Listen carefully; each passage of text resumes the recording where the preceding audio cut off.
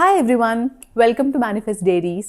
So ಇವತ್ತು Manifest ಡೈರೀಸಲ್ಲಿ the art of slow mornings ಬಗ್ಗೆ ಮಾತಾಡೋಣ, ಓಕೆನಾ? ಸೊ ಎರಡೂ ಥರ ಮಾರ್ನಿಂಗ್ಸ್ನ ನಾವು ಎಲ್ಲರೂ ನೋಡಿರ್ತೀವಿ. ಒಂದು ಎಲ್ಲೋ ಒಂದು ಕಡೆ ನಾವೇ ಲೇಟಾಗಿ ಮಲ್ಕೊಂಡು ಲೇಟಾಗಿ ಎದ್ಬಿಟ್ಟಿರ್ತೀವಿ. ಸೊ ಒಂಥರ ಆ ಪ್ರೆಷರಿಂದ ಸ್ಟಾರ್ಟ್ ಮಾಡೋವಂಥ ಮಾರ್ನಿಂಗ್ಸು.